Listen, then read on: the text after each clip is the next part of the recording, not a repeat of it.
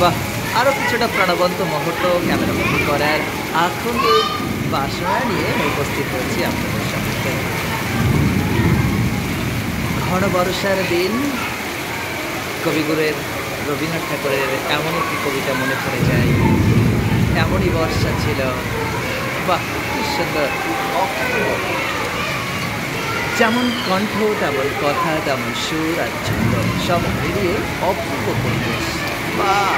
How sweet! Fantastic! চমৎকার! Beautiful! Outstanding! Marvellous! যত বিশেষণেই বিশেষায়িত করি না কেন, তবু কোথাও না কোথাও কম পড়ে যায়। এই মেঘের গর্জন শুনতে আমার ভীষণ ভীষণ ভালো লাগে। I am so much fond of I mean, this kind of sound, fantastic, outstanding, chamatkar. Wow, how sweet. You can say it's raining dogs and cats, fantastic. It's raining outside heavily. It's raining really heavy in the outside.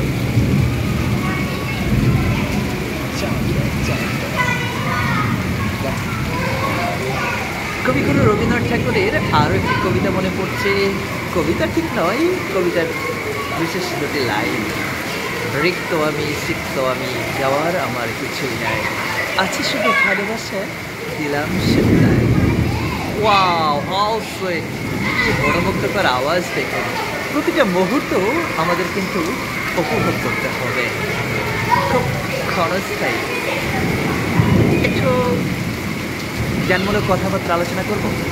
চলুন, কিছুটা সময় যেহেতু হাতে রয়েছে তাই করে নেওয়া যাবে।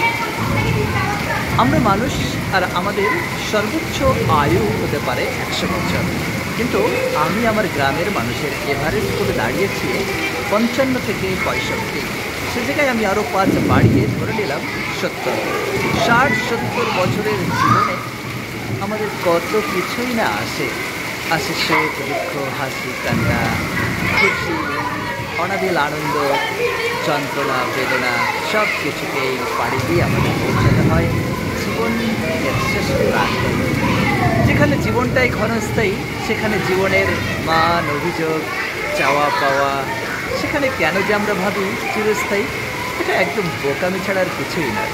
তাই আমি মনে করি যতটা পারা যায়, যেভাবে পারা যায়, প্রতিটা মুহূর্তকে নিজের মতো করে উপভোগ করো।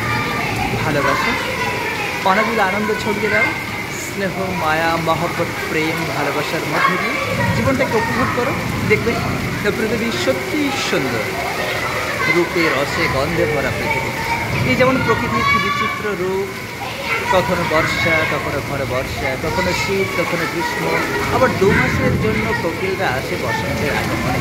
ঠিক আমাদের জীবনকে যদি 60 থেকে 70 বছর ধরে নিই, তাহলে আমি ধরে নিতে পারি হার্ডলি 25 থেকে 35। এই ক্ষণস্থায়ী জীবনটাই কিন্তু বসন্তের ঋতু। বাকিটা কিন্তু বয়ে চলা ঋতু বৈচিত্র্যের মতো।